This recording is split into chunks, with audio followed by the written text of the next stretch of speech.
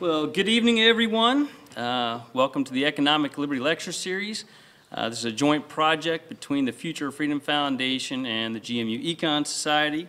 And I just recently was informed that this is now our 5th year of doing this. We're working on our 9th semester here, so that we've been doing this for quite some time. My name is Bart Frazier. I'm Program Director at the Future of Freedom Foundation. And for those of you unfamiliar with us, we're a nonprofit educational foundation whose mission is to spread an uncompromising vision of libertarianism. We do it in a variety of ways, through events such as this, through the internet, of course, with a very active website. We have a free internet newsletter that you can sign up for. You can go up to our table out in the lobby, fill out a little card there, or you can just send an email with the subject subscribe to fff@fff.org. And we also publish a monthly journal called Future of Freedom, formerly known as Freedom Daily. We have free samples of that out front as well. Our president, Jacob Hornberger, has a weekly internet show on our Ustream channels at 6:30, runs for 30 minutes normally. This fall, October 15th, we are having a Civil Liberties tour that's going to be touring the West Coast from Washington down to California out to Arizona and Colorado. We'll have video of that as well, so check that out. Or if you have friends on the West Coast, please let them know. And of course, we have upcoming dates for this Economic Liberty Lecture Series. We have Steve Horwitz coming in October 15th. Daniel J. Smith on November 12th, and of course, tonight, Michael Munger, and I give you Cole to introduce Michael.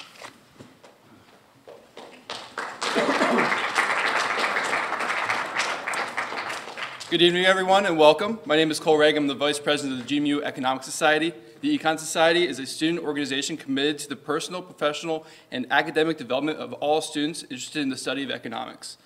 We organize lecture series, discussion sessions, and other interactions between professional economists and students. If you'd like to learn more about the Econ Society, come talk to me or one of our officers after the event, and I encourage you to go like us on Facebook. That'd be cool.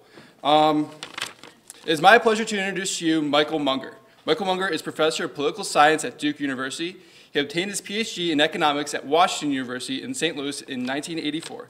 Since then, Dr. Munger has worked at the Federal Trade Commission, Dartmouth College, the University of Texas at Austin, the University of North Carolina at Chapel Hill, and served as president of the Public Choice Society. His research interests include the study of the morality of exchange and the working legislative institutions in producing policy. Professor Munger has published over 100 articles and authored 4 books. He blogs at Kids Prefer Cheese and Division of Labor. Without further ado, please welcome Michael Munger.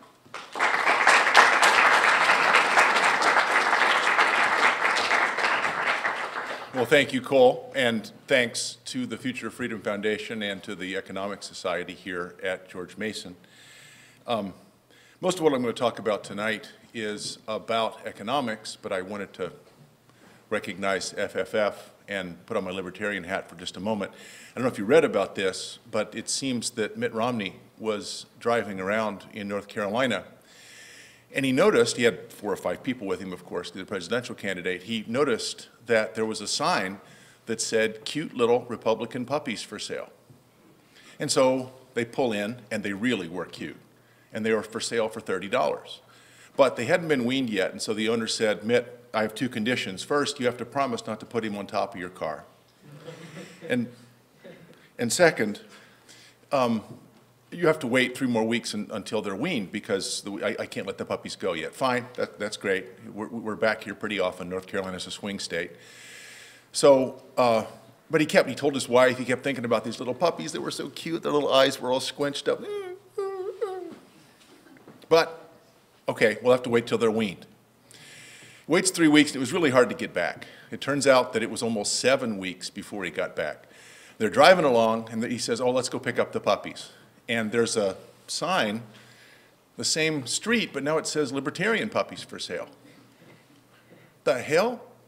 They pull in, and he's pretty angry. He asks the owner, you had Republican puppies for sale.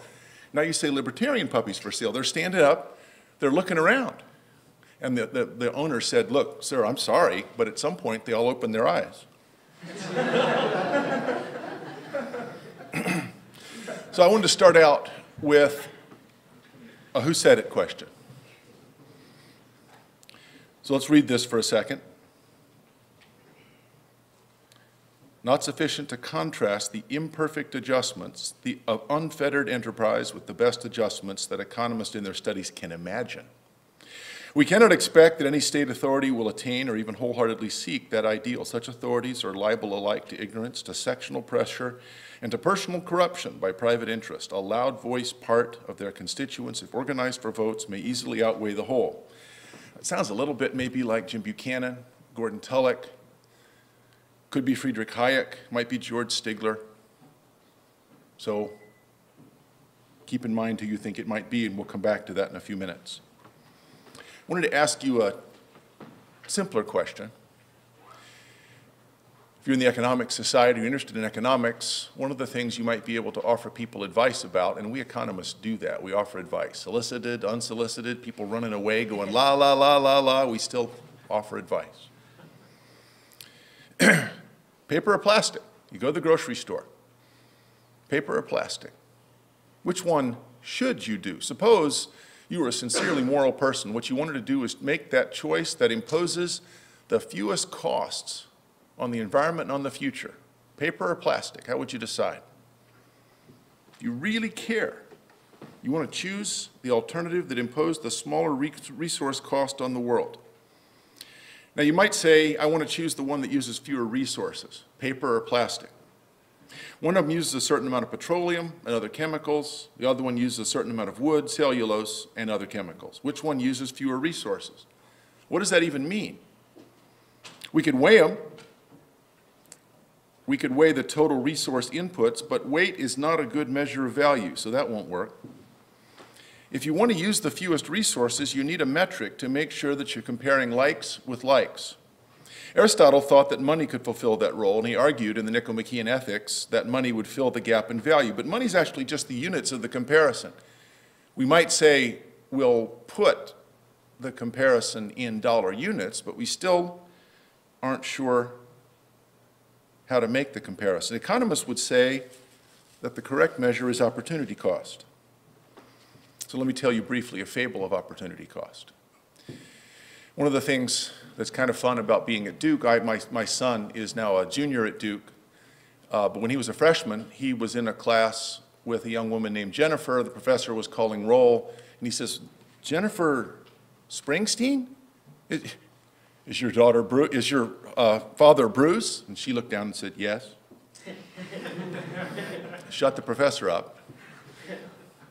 Well, this is a test question that I asked when I was teaching economics at Dartmouth College. It's an intermediate micro test question, and you people are all trained in economics and therefore dangerous. So I want to see if you get it right. In 1985, when I was giving this test question, Bruce Springsteen was giving stadium tours, and they would sell out in 2 or 3 hours. So I used him as an example. There really isn't a comparable musical act today. Maybe Taylor Swift, and I just don't want to go there. So I'm going to stick with Bruce Springsteen. So suppose that both you and your significant other are really big fans of Bruce Springsteen, and Bruce Springsteen's going to come and give a concert. The tickets are festival seating, which means that all tickets in the stadium are going to be equally priced. And then you have to line up to see who gets good seats, but the ticket itself, the entry price, is the same no matter what. And you know that you need to get there the day before to get in line to buy the ticket, because your significant other said, don't screw this up, I want you to get there and buy the ticket. But it's an interesting conversation. People are talking about economics and elasticity. It's hard to tear yourself away. And so finally it's 3 o'clock in the morning and you think, oh darn, I'd better go. So you get there and notice that the line ends a pretty long way from where the ticket window is. And as the light comes up in the morning, you notice it's worse than you thought. The line snakes far ahead. Window opens at 9, 10, 11, you're moving closer and closer. Finally, about 11:30, you get up to the window, another 100 people, and you hear the ticket window, ka-choom! It's sold out. You're sad because he or she told you, don't screw this up, and you have.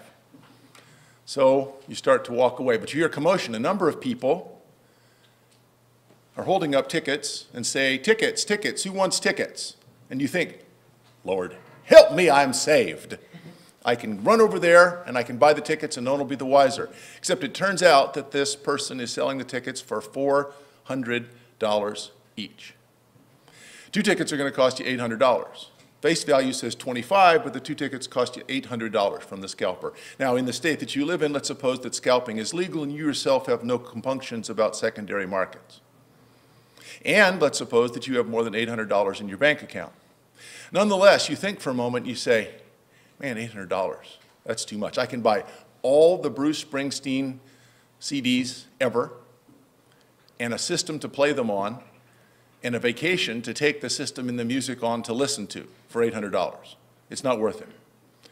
So you start to walk away, disconsolate. Because you're disconsolate, your head is down, because that's what disconsolate people do. They're walking along, and you see a scuffed up envelope. You pick it up, and in the scuffed up envelope are 2 tickets to the Bruce Springsteen concert. Someone has dropped it. Now, you can't very well raise your hand up and say, has anyone lost tickets? Because like 30 people will say, oh yeah, I lost them. I lost 2, 4, how many's in there? That's how many I lost. So you look around and there's no one scurrying around desperately looking. You satisfy your own moral sense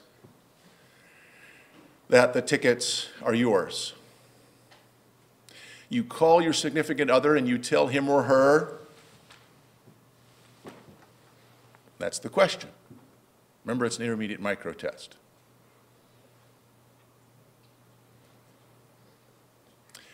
Well, the F answer is, honey, we're going to the concert. The B plus answer is, I found $800. The A answer is, I can't tell whether we go to the concert or not given the available information. Because we've already established that it's not worth it to you to pay $800 to go to the concert. Because you looked at the scalper and said, I'm not going to pay $800 to go to the concert. You found 2 tickets, and since transactions were actually taking place at that $400 price, it means you would be able to sell, it's legal, you have no compunction. Which means that you could have sold the ticket for $800, which means that going to the concert cost you $800 regardless of the fact that you found it for free. Price you paid for it doesn't matter. The A answer is, I can't tell from the available information because it's possible that my indifference curves have a shape such that shifting out the budget line by $800 would have resulted, if this is a superior good, in an increase in my demand for these tickets. But still, B plus answer if you say, I don't go to the concert because I've already established that it's $800 and that's not worth it. Everybody goes. 80% of my students, though they were adept at intermediate micro, said, I go because it's free. Well, it's because people don't understand opportunity cost. The opportunity cost is the value foregone by choosing an alternative. If you do something, it means you can't do something else.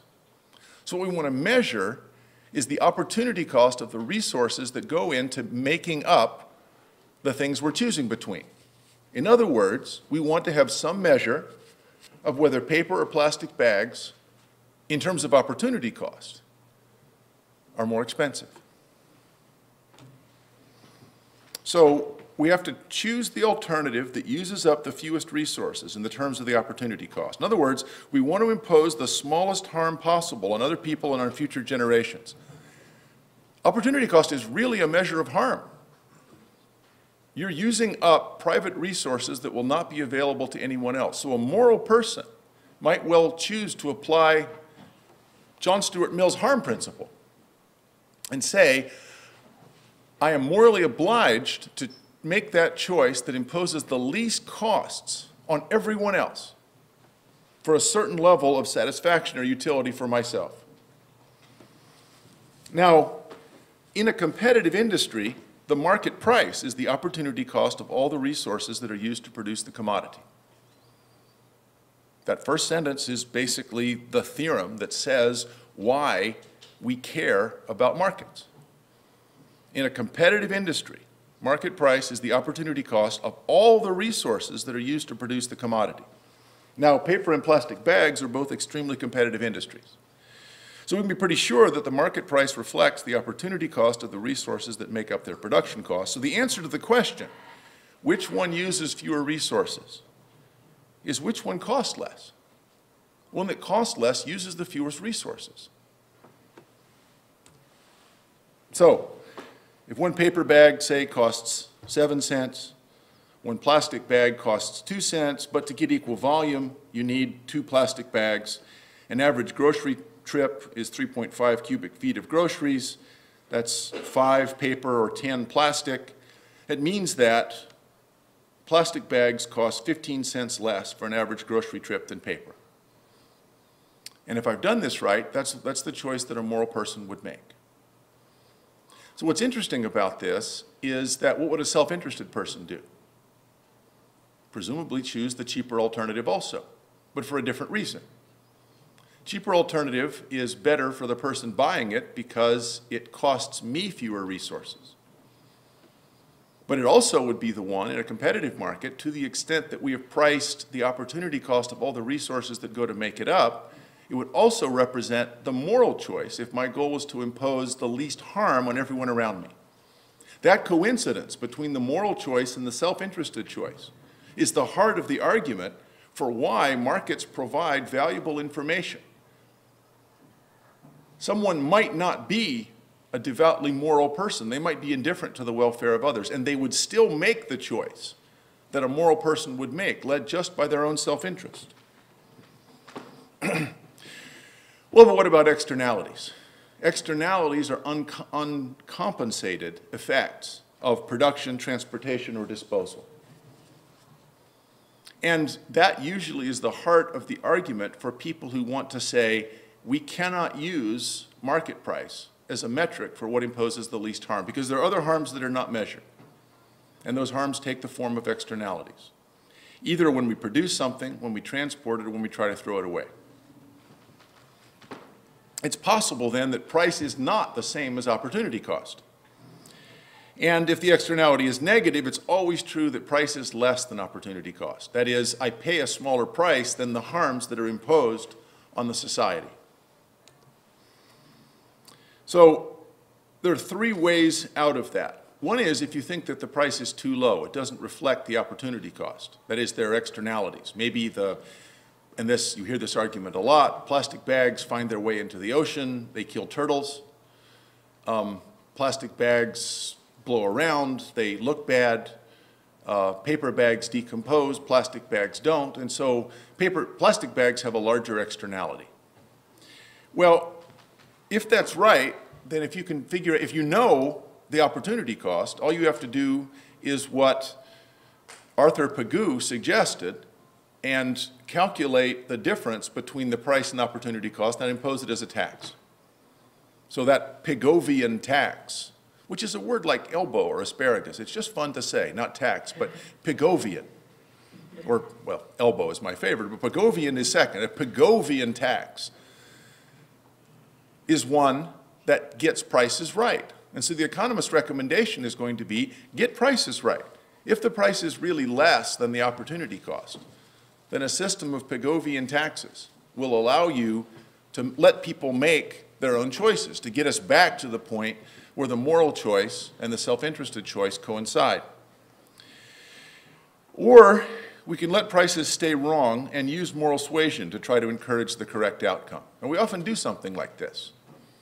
We recognize perhaps the price of landfills is artificially low, so we just encourage people to recycle. We say you should recycle. There are very few incentives to recycle, and in fact it's costly. But we say you should recycle. A good person recycles. Or we could conclude that since price is not equal to opportunity cost, there's actually no information in price, and value resources as moral imperatives. And we hear this also. There are people who would argue that any waste is too much, that there should be 0 landfill use. The premise of regulation is at least that government action is required to get prices right, that we can't internalize externalities on our own. It often goes much further than that to the moral suasion or even moral imperative level. So, suppose that plastic bags imposed externalities, we conclude that plastic bags should be outlawed or taxed heavily. That means that we've decided not to let price information direct citizen choices, and we substitute the judgment of government officials. We get Pigovian taxes, moral suasion, or maybe even a general prohibition. CAFE, or corporate average fuel economy, is something along these lines. Come back to me, baby.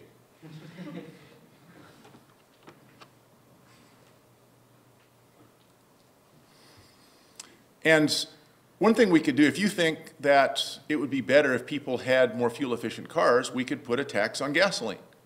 And people would rationally substitute away from gas hog kinds of cars. Some people value it more, some less, but the result would be cars that get higher fuel economy. We don't do that.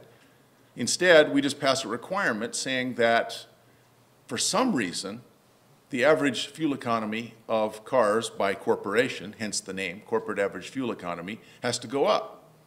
Well, people don't want those cars. It's very difficult to do unless they have some reason to do it. So self-interest, and if you believe that that causes harm, in that case, diverge. It's very difficult to persuade people to do it. We have to use force. We have to use an accelerating set of regulations. Well, it's back to who said it. And the answer is A.C. Pigou. It's so cool. In 1920, basically laid out the entirety of the public choice objection to regulation. A.C. freaking Pigou. In 1920, well before the beginning of any sort of public choice movement, recognized all of the heart of the essential objections. It's from the Economics of Welfare. So there's this Hayekian riff with the best adjustment that economists in their studies can imagine. That's pretty rough. They just make stuff up. Wouldn't it be good if there were no gravity? Then I could dunk. It's not really fair that I can't dunk. I'm 6'1", but I can barely brush the net. But if we could just pass legislation that reduced gravity in my immediate vicinity, I could dunk. Well, outlawing scarcity is a lot like that. The fact that we could imagine an alternative world with an alternative set of economic physics doesn't mean we can try to implement that.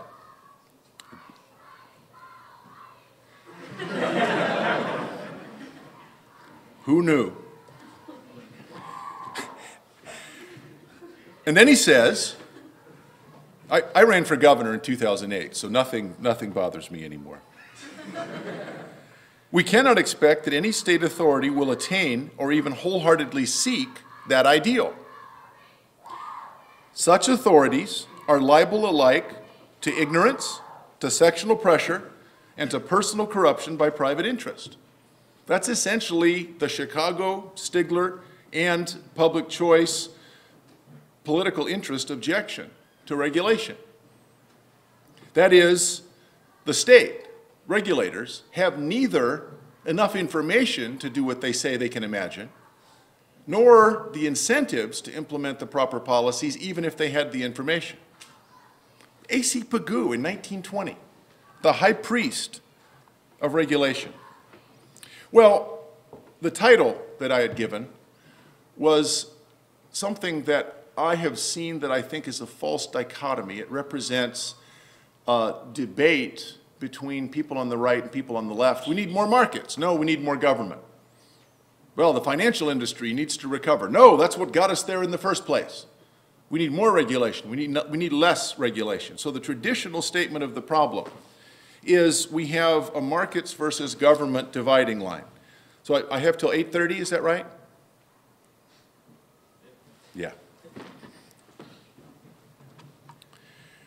So we might say, here, mostly socialism? No. What about here, mostly laissez-faire? No. This is my attempt to automate something. A hybrid system, perhaps? Well, no, we tried that. In fact, the whole approach, I think, is flawed. The whole approach is fundamentally flawed. The question is not more government or more markets. The question is to come up with a system that gets prices right. And whatever system it is that gets prices right is the one that's going to impose the least harm, because if markets are allowed to do what they can do, then we line up the incentives of minimizing harm on everyone else with what is in our self-interest. So how do we design the best game? Even I, and I'm a libertarian, can imagine too little government, or maybe too stupid government. And so a referee that's blind and with a white cane is no good. Too much government, you always argue over the rules. I actually used to play faculty basketball games here at George Mason. And of course, there was no referee. And the question was whether it would be 10 or 12 minutes before we stopped playing and just settled down into an argument. Sometimes it was 4 minutes, it might be as much as 13. But the number of referees is not the answer. Having more referees is not the answer. The question is, how do we design the best game? How do we have a referee that's not a player, but is powerful and in charge of those things the referee should be powerful and in charge of, and nothing else, and is not a player? We need to choose good rules, an interesting game that creates value for everyone. The problem is not, is the referee too powerful, but rather, are the rules the correct rules? If the rules are the correct rules, having a powerful referee is fine. In fact, what's important about that is it means you can't change the rules by rent seeking. The difficulty that we have now is that you can imagine two different investment activities for a corporation. One is we can invest money in making new stuff, creating new products and selling them to people. The other thing we can do is to lobby government officials to try to change the rules in anti-competitive ways that benefit us and harm our competitors. Well, if the second of those produces more profit than the first, not surprisingly, that's what people will invest in. And the thing is, from the perspective, the fiduciary perspective of the stockholders, they want that. They want you at the margin to divide your investment activities between those two subjects to the point where the last dollar invested in each returns the same profit. To the extent that you can make more profits by rent seeking and lobbying, by changing the rules, than you can by acting within the rules and producing stuff that people want to buy, the system is broken. It's not the question of, is the government too big or too small? The question is it too malleable? Is the referee asking the players, well, what call will you pay me for? So we want to treat everyone equally so that they practice the skills, invest in productive assets, rather than arguing and lobbying for favorable judgments. And that marginality condition is, you would expect every firm to engage in it.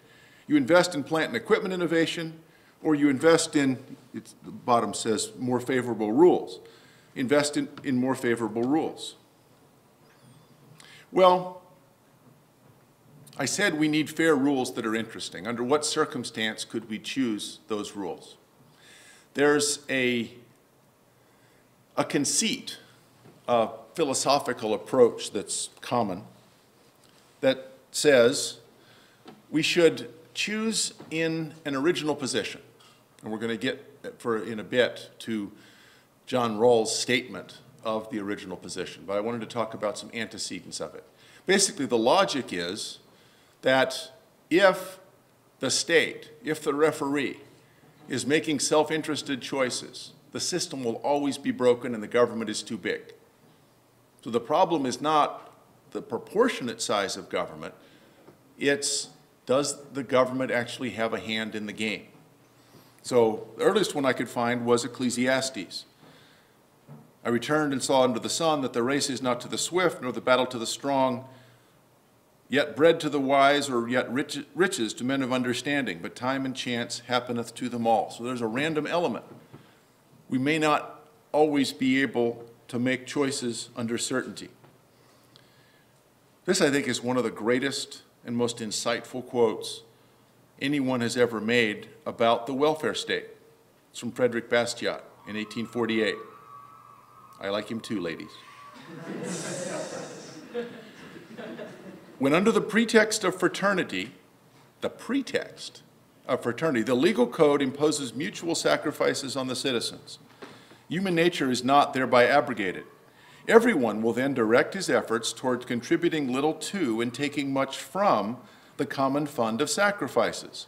Now, is it the most unfortunate who gains from this struggle? Certainly not, but rather the most influential and calculated.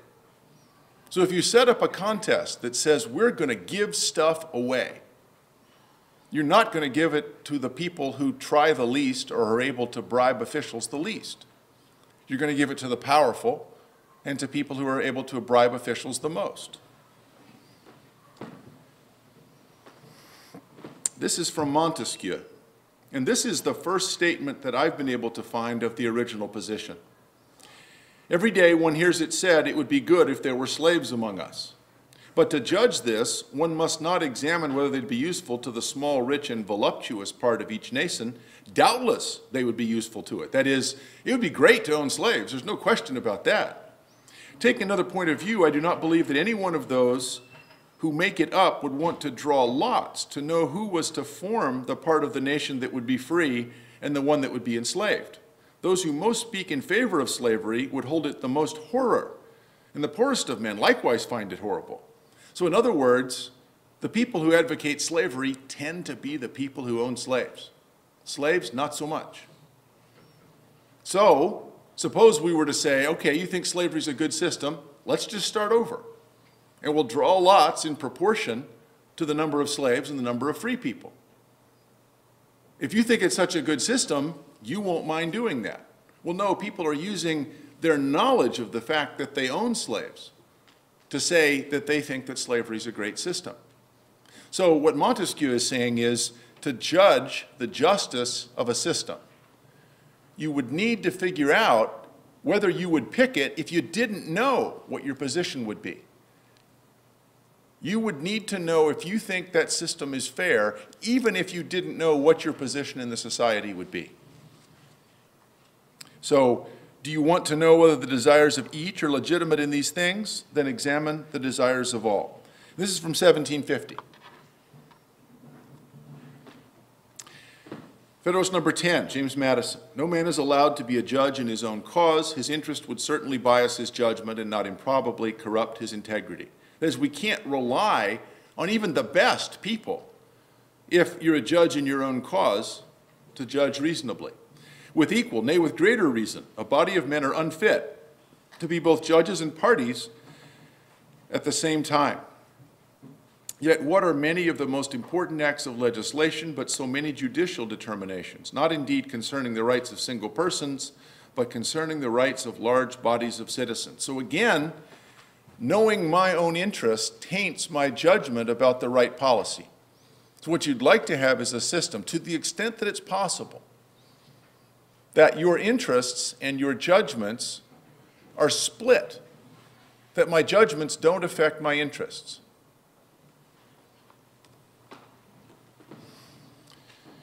And then in Hayek, in The Mirage of Social Justice, this is in a footnote in 1940, we should regard as the most desired order of society the one we would choose if we knew that our initial position in it would be determined purely by chance.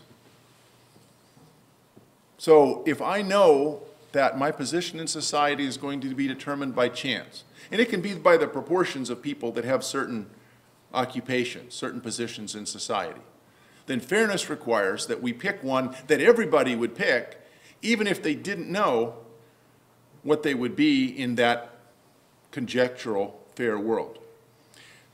Lewis, 1946, Harsanyi, 1953, 1955. And then we come to Rawls. So agreement seems more likely on general rules for collective choice than on the later choice to be made within the confines of certain agreed on rules. That is, choosing the rules to begin with is we should be able to get agreement on. And he proposes a way of doing this. And then I put emphasis, essential to the analysis is the presumption that the individual is uncertain as to what his own precise role will be in any one of the whole chain of later collective choices. For this reason, he is considered not to have a particular and distinguishable interest separate and apart from his fellows. And he goes on, the next one, supposing different policies were followed in these societies, how will a single individual decide which society to join? If he knows his own abilities and interests precisely, if he has detailed information, he may be able to foresee the well-being. Forgive me, this previous one you probably saw is Buchanan and Tulloch. This is actually from the Calculus of Consent, so I got ahead of myself by one. This is Buchanan and Tulloch in 1962. So Buchanan and Tulloch make basically the same argument. For this reason, he's considered not to have a particular and distinguishable interest separate from his fellows. So again, this idea of an original position where you don't know what your interests are, down towards the bottom they say his own self-interest will lead him to choose rules that will maximize the utility of an individual. His preferences on the separate issues being more or less randomly distributed. So then finally we get to Rawls in 1971. And I'm happy to share this PowerPoint if you want the PowerPoint. I know I'm going through it rather quickly. I'm happy to share it. My email is just munger@duke.edu, munger@duke.edu. I'm happy to send you a copy. The cool thing about this is that expression of expected value that Rawls puts there at the top, a weighted sum of utilities representative individuals, where P is the likelihood of being in that position. So it might be some people are slaves, some people are free men, some people are slave owners. And you look at the probabilities and you say, what are my risk preferences? Which one of these would I want? Now, Rawls called this the original position, but I think I've shown 7 other, all earlier examples. So perhaps we should call this the unoriginal position, because, well, I can wait. Because Rawls doesn't really credit anyone else. But this is quite an old idea. And I think the Montesquieu statement of it in 1759 is clear enough that that's actually the original position. So this is the unoriginal original position, but it's the one usually cited by philosophers as having made up the idea. There's an important difference between the Rawlsian view of the original position and the public choice view of the original position. Because suppose that the probabilities are 1/4 that you're poor and 3/4 that you're wealthy. And we could reverse that, but suppose it's 1/4 that you're poor and 3/4 that you're wealthy. Well, for Rawls, if you're poor forever. The society is static. But in Buchanan and Tulloch, there's a dynamic process because politics are dynamic. Cycling majorities and the process of politics is going to mean that you might be out of power 1 every 4 years, but you're in power 3 out of every 4 if you're wealthy. And so we switch. We actually see change over time. So the conception that they have of the consequences of the original position are different. Well, let me offer a transition back to economics, because what I've been saying is, in the original position, we may have very little information. And the problem is, to connect back to what I was talking about at the beginning, what do we know nothing about in the original position? Well, in the original position, there's no individual information of any kind. I don't know what my resources are. I don't know what my opportunities are. I don't know. I have no local knowledge, which means that we have no prices. We have no means of aggregating all of the local information, the local capacities, and the local information that actually make up an economy. So if we choose something other than the choice we would make in the original position, those choices are unjust. Well, economists use something like an original position also. And if you've studied the market failure approach, let me just ask if someone wants to take a shot. The market failure approach, you compare the actual performance of markets against what benchmark, what Archimedean point? Share. We look at actual market performance, and we're comparing it against perfect competition. We compare the result against perfect competition. So actual markets with asymmetric information, monopoly power, with externalities, we compare against perfect competition where those things are assumed away, and we say, that means that we're not at a Pareto optimum, and government action can improve things, and so we need regulation. Well, what's the problem with competitive equilibrium theory and using that as your Archimedean point? It's actually just like an original position. Competitive equilibrium for economists is just like the original position for philosophers. It doesn't exist. What prices exist under perfect competition? No one knows. There's no way to make that comparison. So if markets choose outcome other than those employed by competitive equilibrium theory, we'd say that's likewise unjust because harms are being imposed that are uncompensated. We're not at that perfect competition equilibrium, and as a result, government regulation is required. That's the sort of syllogism that describes the market failure paradigm. So if you look at if you go to public policy school, you spend at least a semester on that market failure paradigm. The justifications for different government activities based on market failures, each of which is an assumption about perfect competition. And so your intro economics class, if I asked what are the assumptions of perfect competition, you could list them: price takers, everyone's small, perfect information. All of those things, every violation of those assumptions is a market failure that requires government action. But we have to face two public choice questions that Pigou himself, did I mention this? Pigou himself posed so eloquently about what welfare economists can imagine. Will government actors have the information they need? After all, competitive equilibrium, perfect competition, is made up. That equilibrium doesn't actually exist if we make plausible assumptions about increasing returns, information, and externalities. And will government actors have the incentives they would need to choose the correct policies, even if they had the information? Or will fictional interests and the need to compete for votes destroy that link? So even if you concede that markets fail to achieve competitive perfection, you would need an additional reason to believe that government can make things better and not worse. And it would need information to do that, and it would need incentives that are not what actually face politicians who are running in competitive election. In fact, I ask my economist friends, my welfare economist friends, when they say the state should do X, I say, okay, fair enough, but every time you say the state, take that out and put politicians I actually know.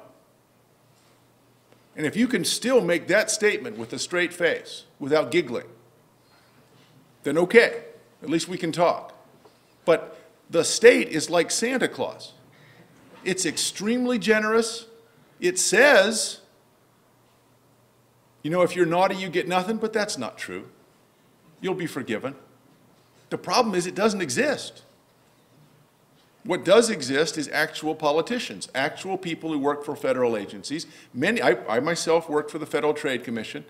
People work hard, they do their best, but there's a set of incentives and a set of constraints on information that operate within large government agencies that may be every bit as debilitating as those that face firms. So this asymmetry will evaluate firms as they are and the state as we can imagine it. Makes no sense. We should look at both of them as they are. And we should try to design a system where the government can actually carry out the functions that we give it, not the functions that we can imagine.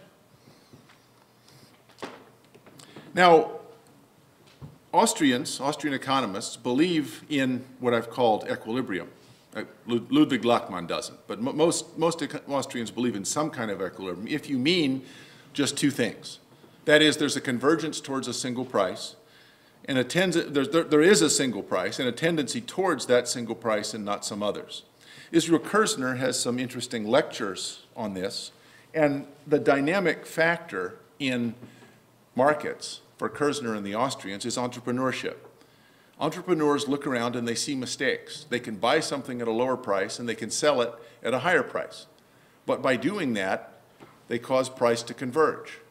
Well, when price converges, that single price gives you accurate information about the opportunity cost of resources.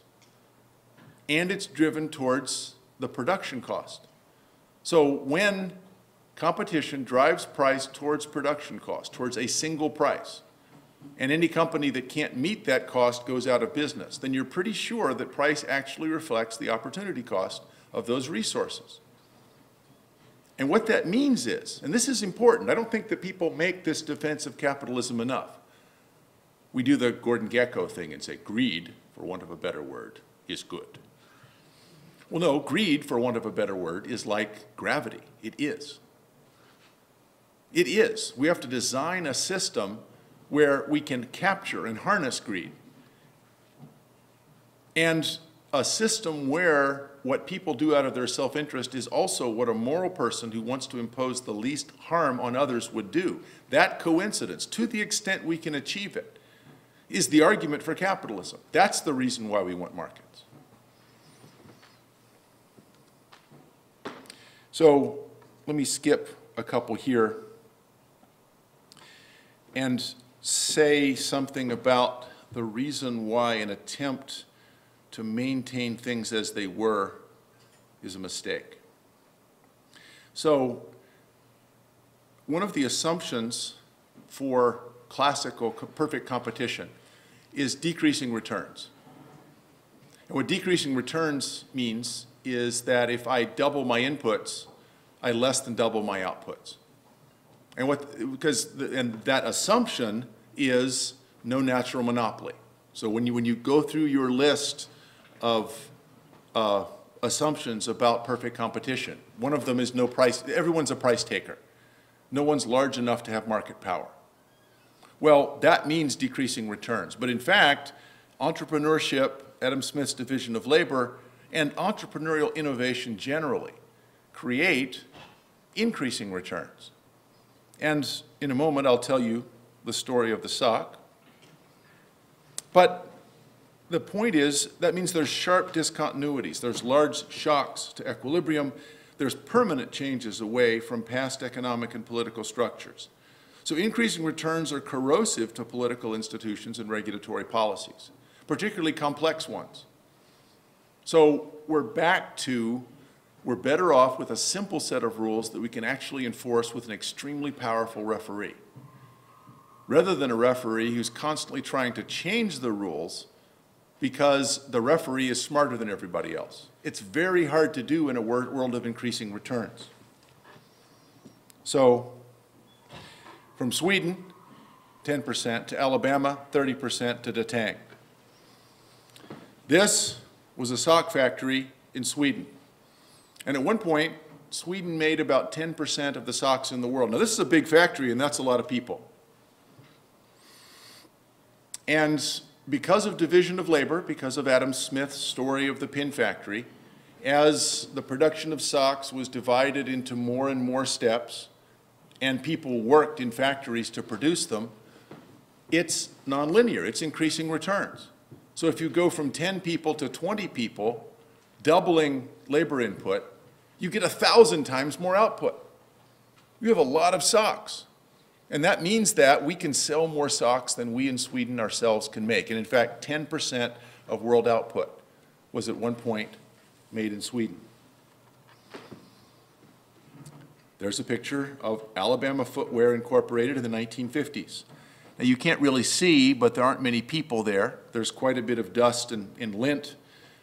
They're making socks. Alabama at one point, 3 counties in northern Alabama, produced 30% of all the socks in the world. All the socks in the world, 30% of them were manufactured in Alabama.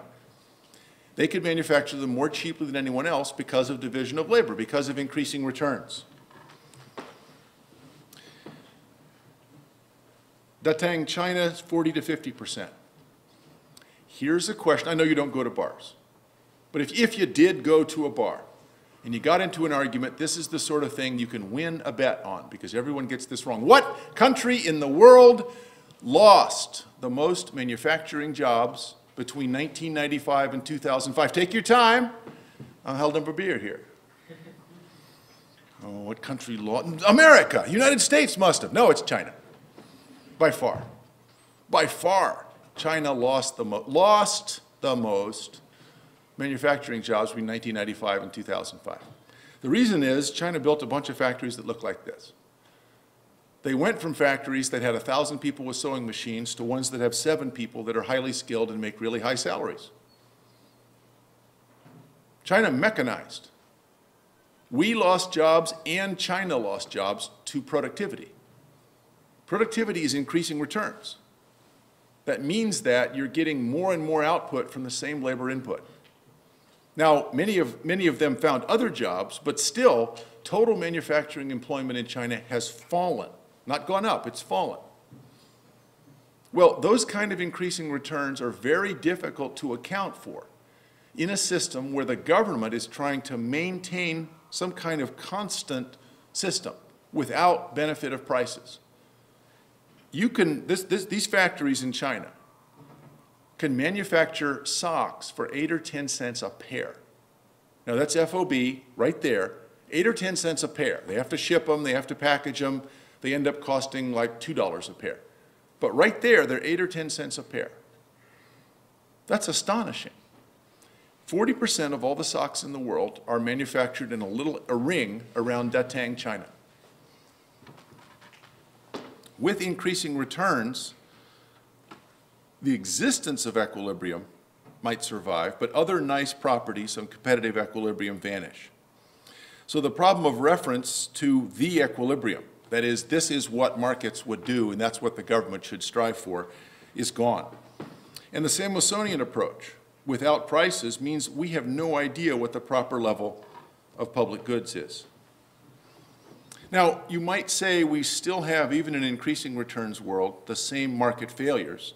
Collective goods might still be undersupplied because we have an incentive not to contribute to pure public goods. Negative externalities might be oversupplied. Imperfect asymmetric information still exists. We haven't really talked about that one. I'll finish with that one and I'll knock off. Asymmetric information is one of the problems that motivates an awful lot of regulation. And in fact, the Food and Drug Act was imposed to try to solve the problem of asymmetric information with drugs. So if you have a complicated product and the stakes of it being wrong are very high, people might say, this is a market failure, the government has to do this. And the FDA, Food and Drug Administration, does 2 things to new drugs. It checks them for safety and efficacy. Safety means it won't kill you. Efficacy means it'll cure you. Because it cured you but still killed you, that wouldn't be so helpful. If it didn't kill you but didn't cure you, they shouldn't be able to sell that. And the problem is it may be really hard for me to tell. Maybe impossible for me to tell. I take this pill, it has a placebo effect. It's hard to know.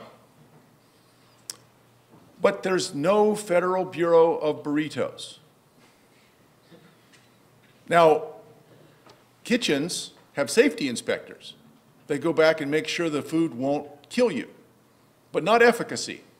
Nobody tastes it and says, well, you know, this cilantro is a little rancid. I think you got to close down. We rely on people's private information and reputation to solve that problem. But you could imagine federalizing that. What about movies? There's, as far as I know, no regulation of either safety or efficacy for movies. That means that it's just chaos. You can't get any information about them, right? Not right. You can go to Rotten Tomatoes. Which government agency created that? Well, what happened was people realized that there was significant value in having information about something that they didn't know. There's an asymmetric information problem. If the Food and Drug Administration were eliminated tomorrow, what would happen? Would there just be chaos in drug markets? Maybe for a little while. Does anybody know what Underwriters Laboratories is? It's a private firm that tests various kinds of products to ensure ensure their safety. Why? Businesses like the UL label, it carries a kind of a seal of quality. They're literally private. They make money. They make money by selling information. And so you apply, they run through a bunch of tests. Now, why doesn't Underwriters Laboratories just sell out and say, psst, you want to pay for this, we'll give you the UL label, even if your product sucks? That would hurt them. Why don't they do it? I mean, you just said that the label's valuable. That's true. If the label's valuable, why don't companies that make bad products buy it? The answer is, if Underwriters Laboratories ever did that, the label would lose all its value. The entire reason for that yellow UL label having value is that they actually have to perform the test to ensure that it actually is safe. There's no government agency involved. There would be, within a month, an Underwriters Laboratory to test drugs. Now, would it be as good or better than the FDA? I don't know. All I'm saying is that in the absence of state action, it is entirely possible for people to try to figure out ways of solving these problems. So maybe the FDA is a better solution. That's possible. But you can't go as if it's just a syllogism. There's asymmetric information. Markets cannot provide solutions to asymmetric information. Therefore, state action is required. So we need to do two things. We need to think of the proper scope of government, limit the scope of government, but then increase its power. What we have now is a government with enormous scope and very limited power.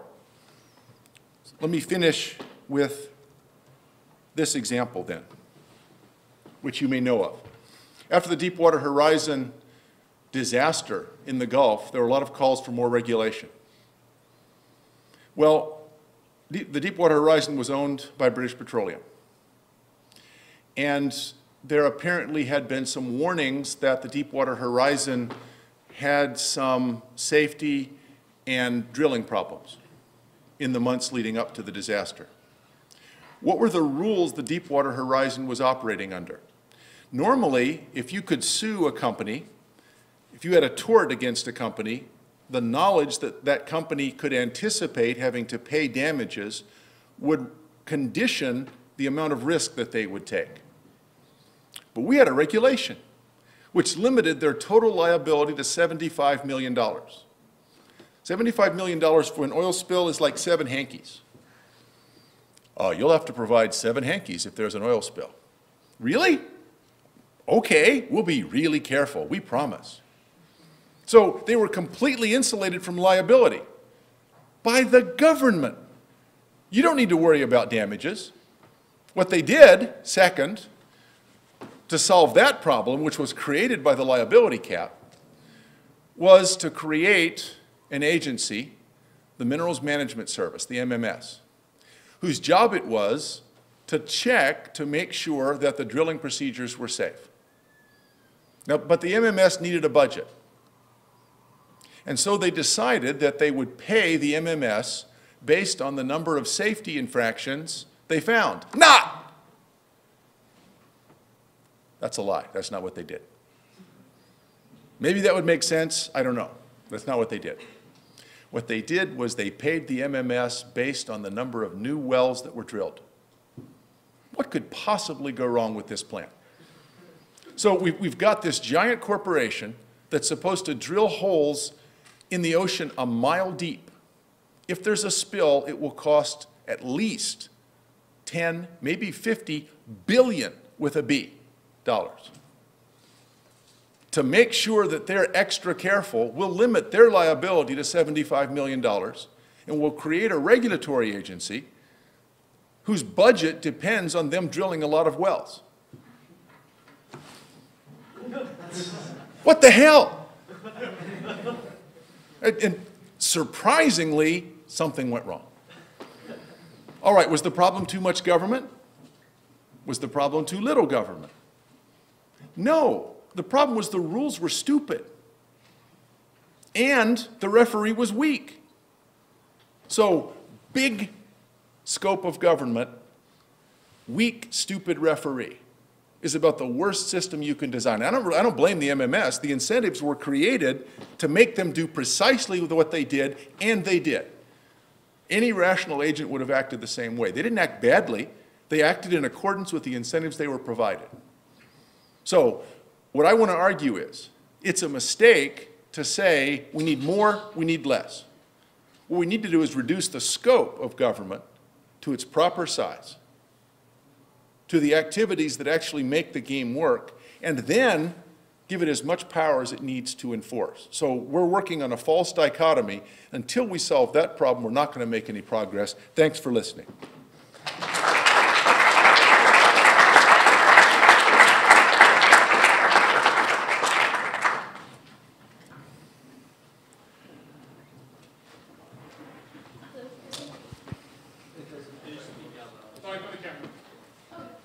We're going to do questions now. Thank you for the great lecture. Raise your hands if you have any questions. Or comments are fine, or you can tell jokes.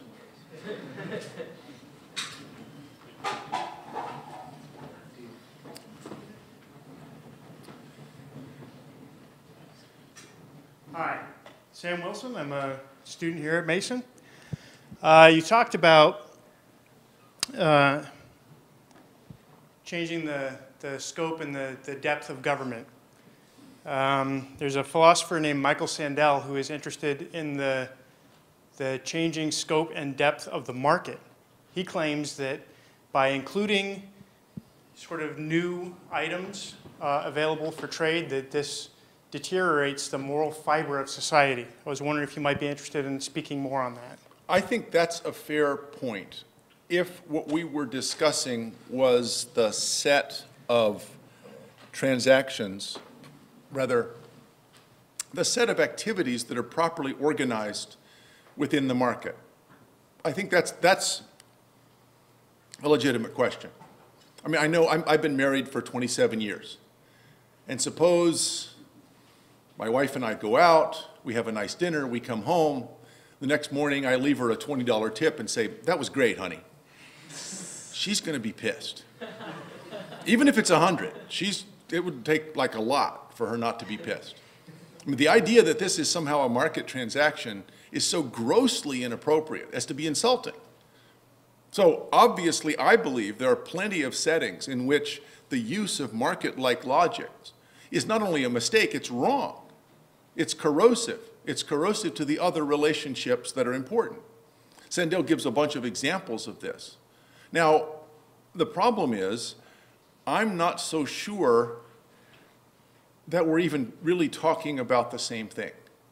His worry is that we're becoming a market society, not just a society that uses markets as a way of organizing some transactions. So let me take your question as a friendly amendment. First, let's decide what activities are properly organized by the market, which by government, and then there's a big residual category where I would like to have voluntary private organizations be doing the work. So the idea that everything that's not market is the state is wrong. I would like for there to be communists living on farms and having a pure collective farm existence as long as exit and entry are voluntary. If that works, great, you go. And they'll suppress markets, they'll survive on their own, they'll have no market incentives anywhere. Go do that. That's great. So the sort of world that I see Sandel wanting would preserve a space for voluntary private organizations that have all sorts of alternative ways of conceiving how they organize their daily activities. That's great. What worries me is that by force, we say we will not take advantage of market incentives in a particular area of activity. Now, in the case of me leaving the $20 bill, the coercion would have been my wife hitting me. It wouldn't come up. That manners can solve a lot of problems. We don't need hard lines. So I actually would trust people to make these choices on their own. Sandel seems to want to have the state decide. And that means that instead of markets, we have politics do it. So again, when I've talked to Michael about this, what I want is not for him to say the state, by which he means a philosopher king, by which he means Michael Sandel, but rather politicians I actually know. So if he wants Rick Santorum in charge of deciding this, and Rick Santorum would be happy to. Rick Santorum thinks that a lot of things shouldn't be done by markets. His church will organize this for you. Then I'm not so sure Michael Sandel wants that either. But it is a fair question. If you think of markets as a kind of cancer and they metastasize beyond the bounds and sort of corrode social mores in other areas, I think that's a concern, but it's a separate concern. What I want is within what we all agree is a market system of organization. What things like property rights, adjudications of disputes, the ability for me to enter into a binding contract without having the judge find against me because of self-interest, equal protection of the law, that's the sort of things that I want. That's a really long answer. That'll teach you to ask. I was going to ask, but I'm not going to ask now. It's too long. Hi, I'm Joe Gant. I'm a student here at Mason. I have a sort of a two-part question. We're in a political season right now with a lot of heated debate, and It's in all the papers. right. And the first part, your lecture was all about the rules of the game. It's not about the size, but about the rules. And so we've had a lot of landmark legislation in the past, years, last couple of years, with the healthcare bill and stuff. I was wondering what you thought about how they changed the rules of the game, if they did so. And the second part is, if it's not too presumptuous, with the two candidates coming up, because you're a Libertarian, are you going to vote? And if so, how do you feel about either candidate, if that's not too, assert? I'm happy. Thank you.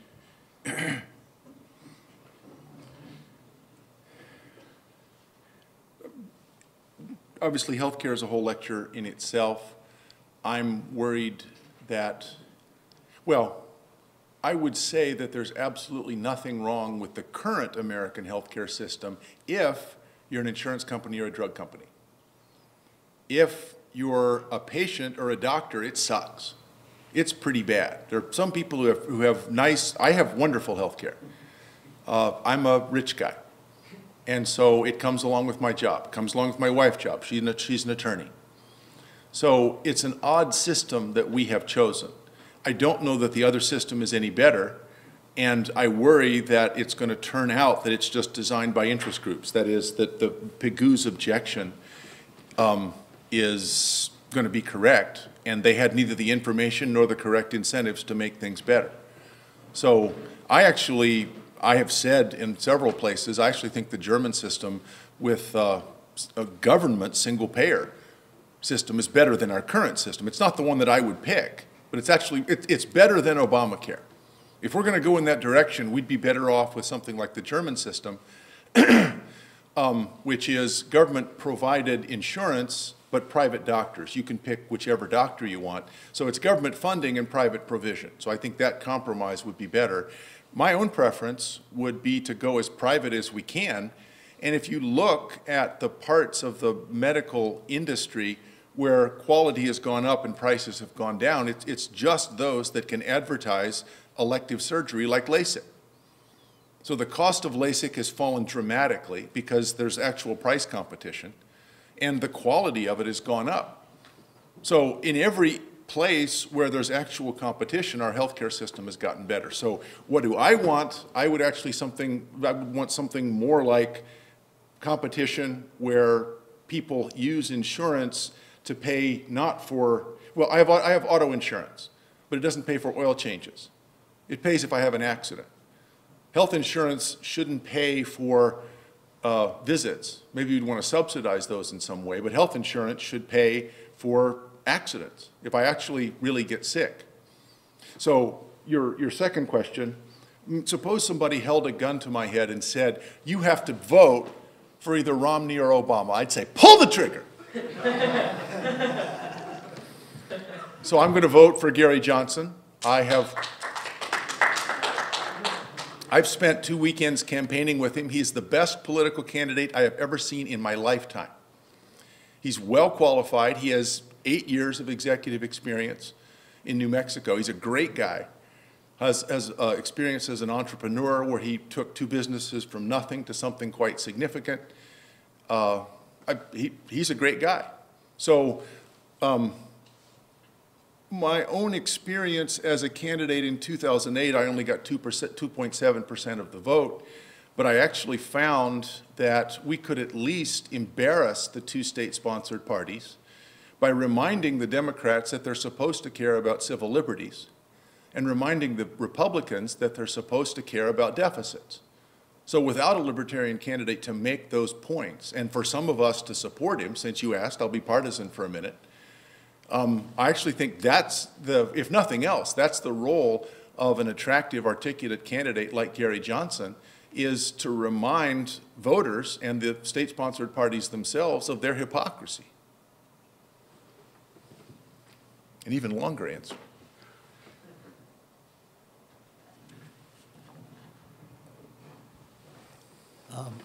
Excuse me. My name is Jared. I'm an econ student here at George Mason.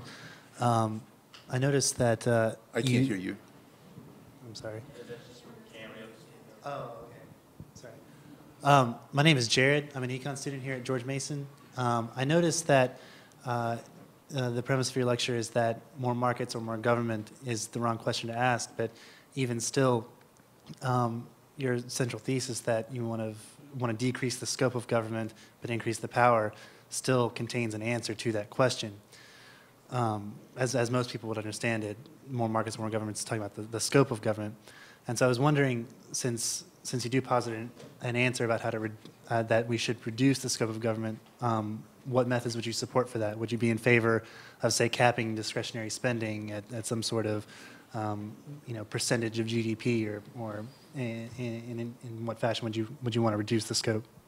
I guess I don't see spending and scope of government as being very good proxies for each other. I could imagine a government that's small as a percentage of GDP that would still be very intrusive in the sense that the regulatory policies really had their fingers in almost everything. So what I would plead for is humility.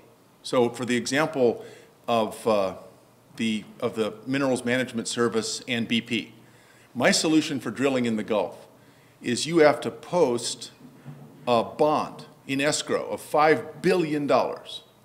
And if there's a spill, you forfeit the bond, and then you're still also liable for other suits that you lose in tort court. So we don't need to regulate if we say you have a $5 billion bond that you will forfeit. Now, the reason you'd need the bond is that companies like Jones Manville, for example, that had chemicals and asbestos, and there were a lot of deaths from asbestos. They just declared bankruptcy to escape their liability.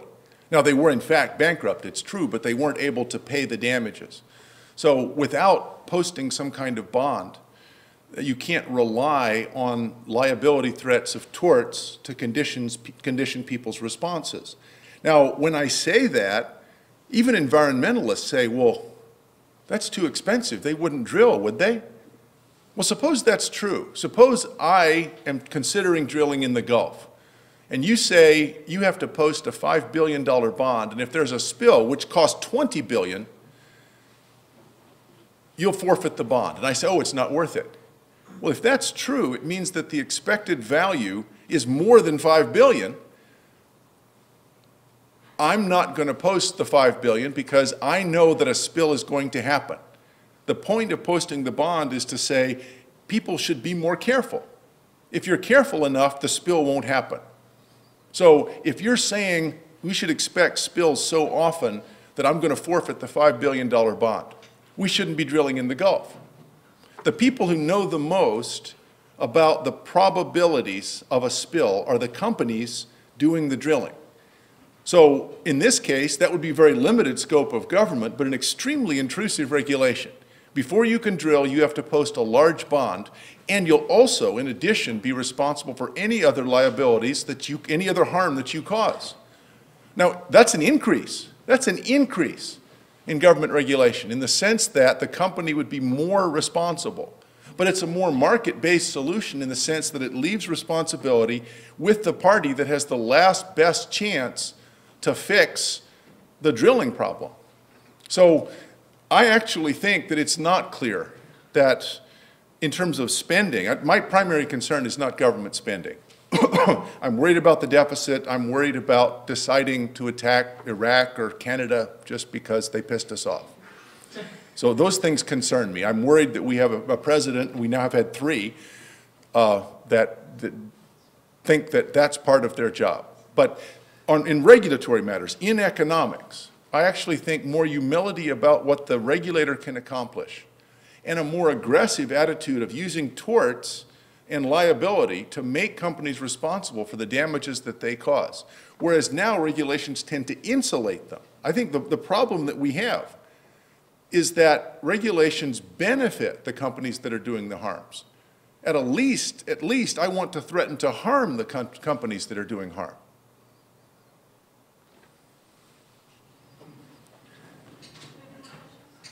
Yeah, we have time for one more. It's got to be really good.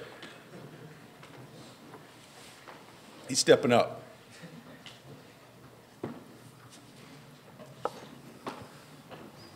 If you could, would you make yourself a philosopher king? A boss? A philosopher king? No. No. No. Now, there's another way of phrasing that question. Suppose I'm not making myself philosopher king, but a grateful nation came and offered the job. Like Mark Twain said, he doesn't like kings, but it would be dangerous to offer him the position. So if the condition were we're going to abolish the office, I would say no. If you say no, we're going to give it to someone else, I guess I'd be tempted. But I actually would like to make each of us a philosopher king with our own autonomy and our own right to pursue our own conception of happiness, and a government that fosters that and just prevents us from harming each other. All right, that is all the fun we can have. Thank you.